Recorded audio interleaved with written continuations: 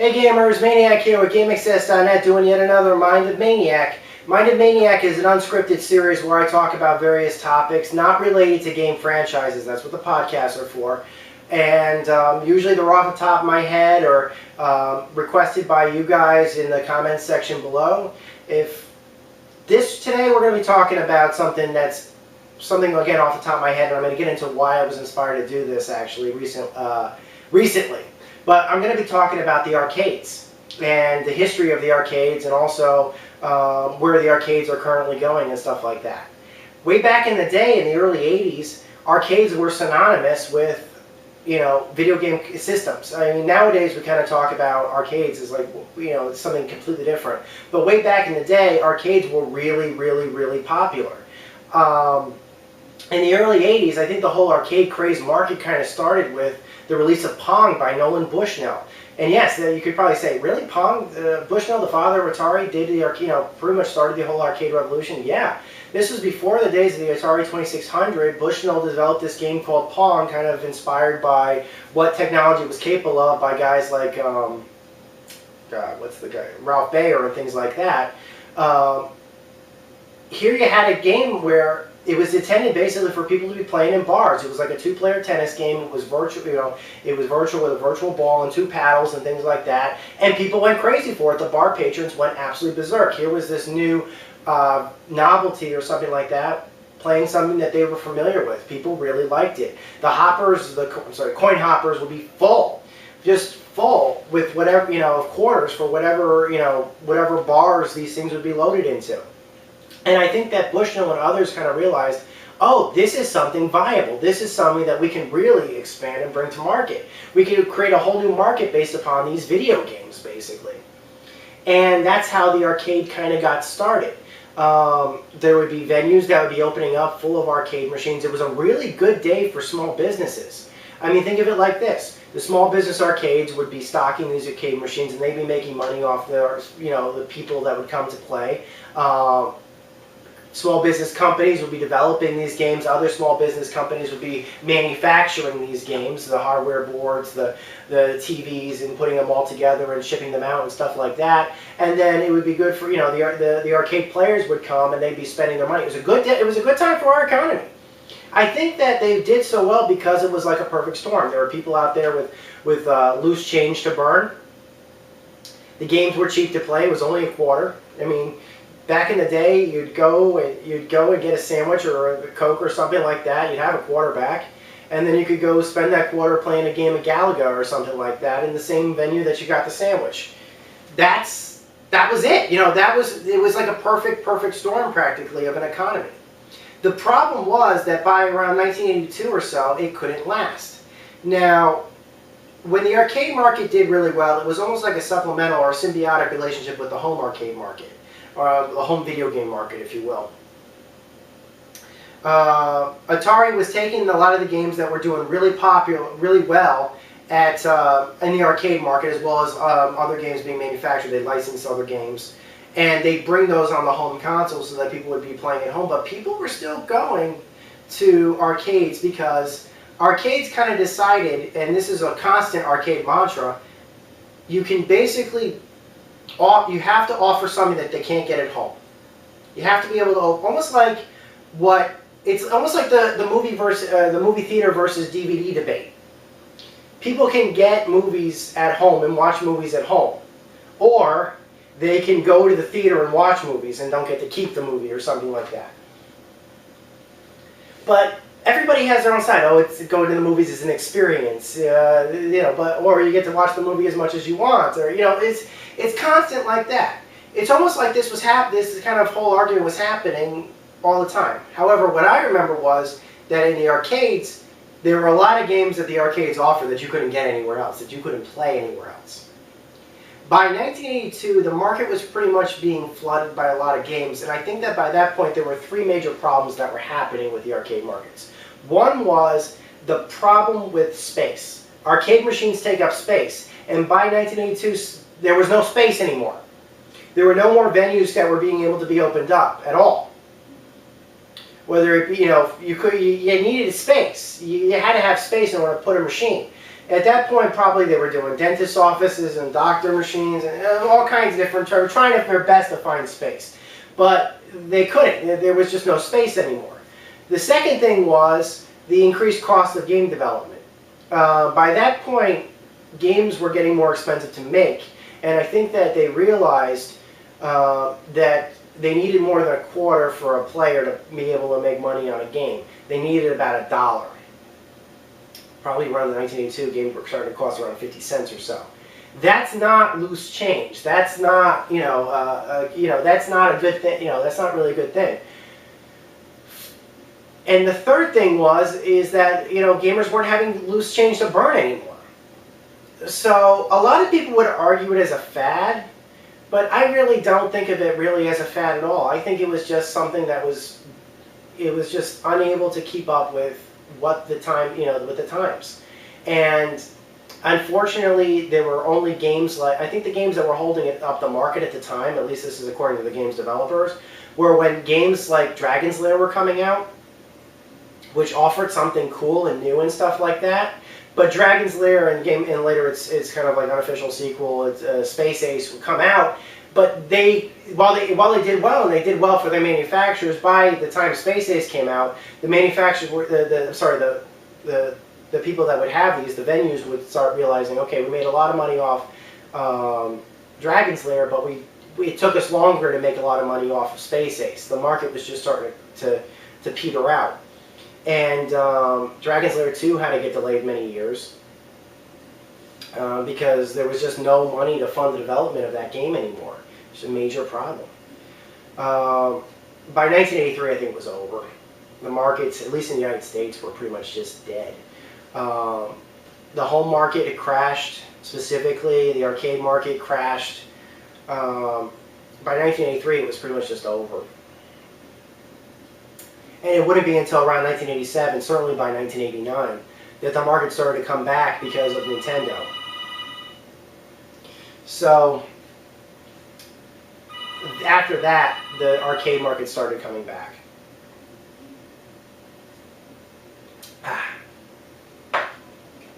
So when the home console started coming back, the arcades started coming back. Certainly and this is where I remember really fondly. When I went to, it was a mall I used to frequent. It was the one mall that was in my area. I used to frequent all the time as a kid. My folks used to take me all the time and shop. And I wouldn't shop, they would shop. But what I remember is they opened up an arcade in that mall, and it was called Timeout. And this was at around the time when, this was before the 16-bit era. This was during the height of the 8-bit era of game consoles. Nintendo was the crowned king, basically, of that market.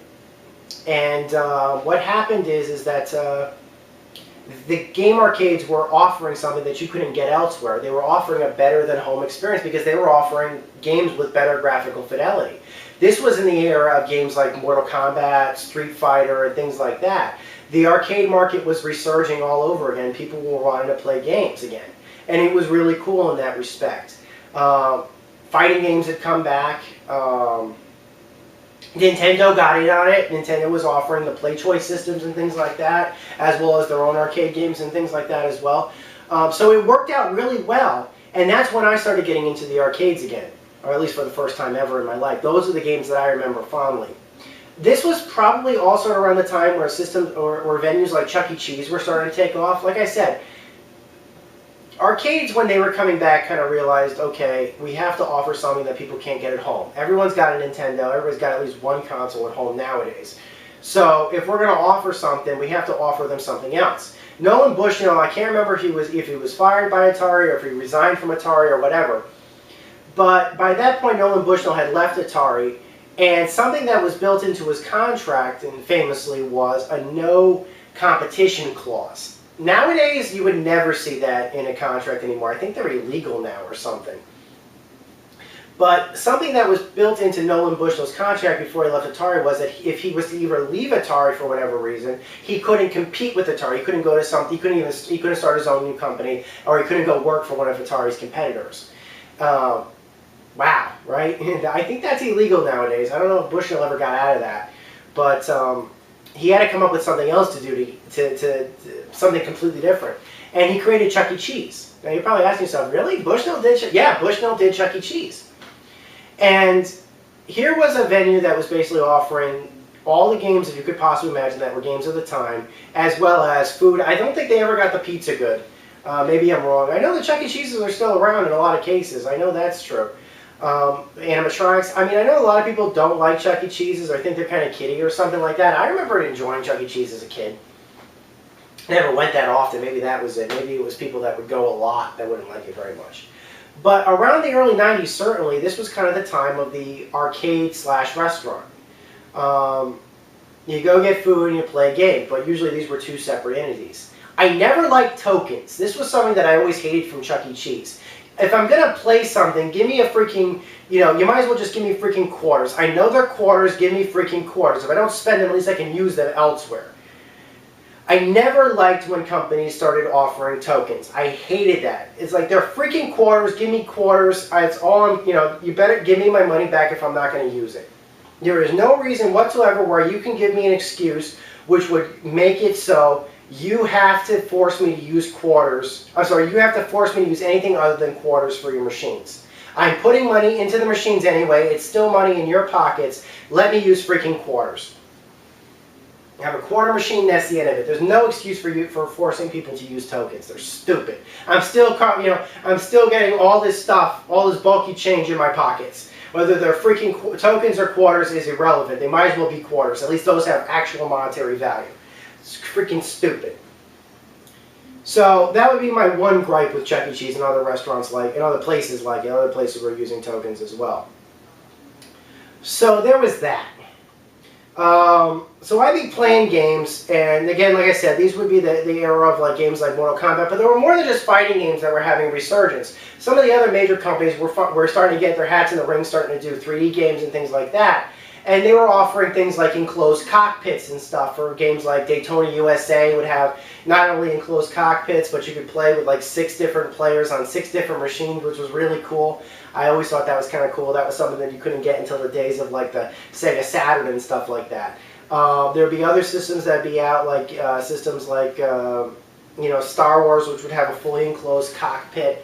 But what I remember the best, and I remember playing this a lot when I was at Chuck E. Cheese, was the Jurassic Park game, the first Jurassic Park game, which would offer, it was a 3D game, it was a rail shooter game, but you'd be in a Jeep basically, and the machine would actually pivot and a predetermined rail specific based upon where you were. You couldn't control the pivoting.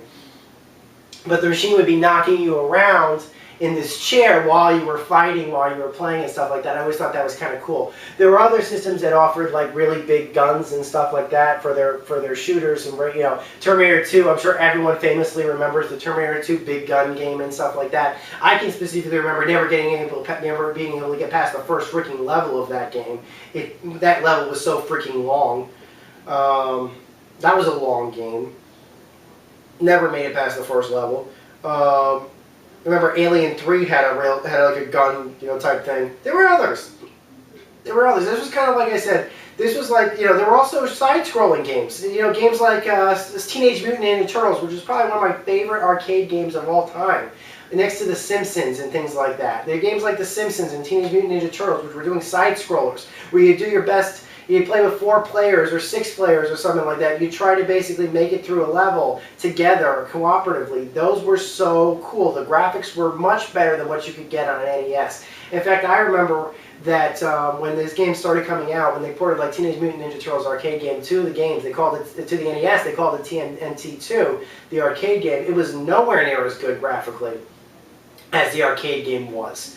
So there was a lot of give and take on that. The arcades were starting to have a heyday. It didn't really come to an end, at least that form, until the 16-bit era came out, when the Genesis was released. And we started seeing Genesis ports of arcade games, and then later Super Nintendo ports of these arcade games, where they were able to meet the requirements of these side-scroller games and a lot of these fighting games and stuff like that. But by that point, 3D games were starting to come out in the form of rail shooters. I can specifically remember having a lot of fun around 1995, 1996, playing around with Area 51. That is to this day probably one of my favorite 3D shooting games of all time. I'm sure, but that market kind of was starting off with systems like Virtual Cop and things like that. heck, Mad Dog McCree probably was really doing that, because that used to, like, I don't know, that was full motion video instead of 3D graphics. Die Hard Trilogy, I think a lot of people were playing a lot. By that point, I was no longer really going to arcades. Like I said, the mall was like, you know, I didn't have a car, so most of the games that I were playing at that time were games that were being played at, like, the movie theaters and stuff. I'd go to the movies and I'd play some games there, and usually the movie theaters would be packed, not with garbage games, but like some of the most popular games. I remember my movie theater would have game systems like Area 51, which I loved, Die Hard Trilogy.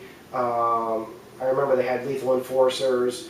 That was a little bit older, but when I specifically remember, and I remember playing a lot of quarters on this one, Cruis'n USA, which was made by Nintendo. It did later get an N64 port shortly after this. I'm kind of jumping a little bit ahead, but it was still a damn good arcade game. I remember that was, like, to this day, I think it was one of the first Nintendo 64 games that I ever downloaded on the Virtual Console when the Wii came out. It was Cruis'n USA. But around, I think it was probably around 1999 and 2000, I think that the arcade market started to die again. And I think it was because well, there were a few things. One, at around the same time that the arcade market was going around, the virtual reality market was starting to take off. This was certainly by the mid-90s. Because they could do 3D graphics, and they thought, well, if we could do 3D graphics, why don't we do immersive systems? We could do headsets, and we could do cockpits and things like that. We could offer things like, pivoting and things like that, and fully immersed 360 cockpits for flight sim games and stuff. And that kind of stuff was kind of cool. I remember when my folks went out to Vegas, and they took me and my family and stuff like that. This was around 1996 or so. This was at around a time when Vegas was trying to do a family-friendly approach. Nowadays, I think that everybody probably thinks that Vegas is anything but that. But at the time, Vegas was trying to go for a family-friendly approach. Most hotels were having theme parks attached to them and things like that. It was a cool time. And I remember that the hotel I was staying at, which was the MGM Grand, had a huge arcade with VR stations and stuff in them. And I kind of thought that was really cool. That was like where I was able to play Jurassic Park for the first time, and as well as other games. But I remember, I think that what happened with the arcade market, with the VR market, was it kind of had a really quick boom and then it had a really quick bust. The problem was that the cost of a VR machine was a lot higher than an arcade machine. And they were being used in the same type of venues. So what happened was that you could rent a VR machine, but it'd be a lot more expensive, but you'd only get about 5 minutes of gameplay, give or take. And then you'd have to pay more. So theoretically, and these games were kind of complex, so theoretically, you may not, if this was the first time that you were renting a game, or game time, you may not be able to get the hang of playing it in the short period of time that you actually had the arcade machine rented. So it may take you over maybe 30 minutes or so to get the hang or get good at a game, but you'd only have 5 minutes. A game that you'd only have 5 minutes, it would take you 30 minutes to play a good game for 5, but you'd only be able to play for 5. So a lot of VR people would get into a game for the novelty's sake and kind of think for a second, maybe, oh, this is fun, but I can't get the hang of it. I can't play it. And by the time they started to get the hang of it, the game would be over, and they'd get out really and not want to play it again because, like, this game isn't fun. I don't have fun with that sort of thing. In fact, I remember that there was an adjacent store to the arcade that I used to go to in the mall that had VR machines set up, and I remember thinking, wow, that is really, really cool looking. I can't wait to check it out there. By the time that I could check out the venue, that had closed down. It wasn't a market that lasted very long. I remember that a lot of movies started talking about that back in the day. Ghost in the Machine, I think that was the name of the movie, was one of them that kind of showcased that, like a VR machine. Hackers showcased a VR machine, but they didn't really show it. It was just a plague screwing around with one. First Kid was really showing something like that, the Sinbad movie.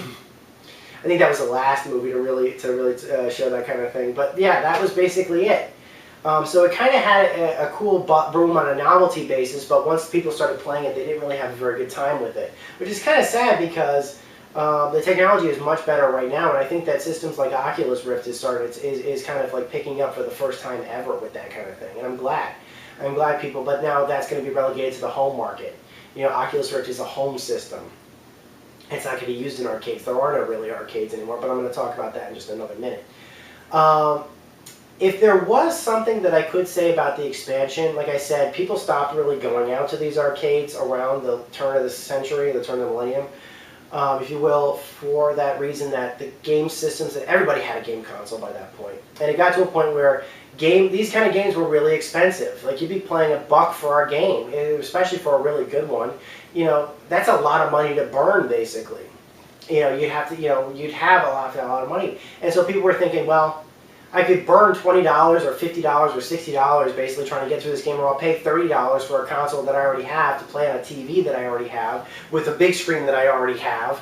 The arcade market just couldn't withstand that. I think it got to a point where it was just too expensive to play these arcade games, and the home console market was just too good. However, I think it would take the theme parks to really give it a bit of a resurgence.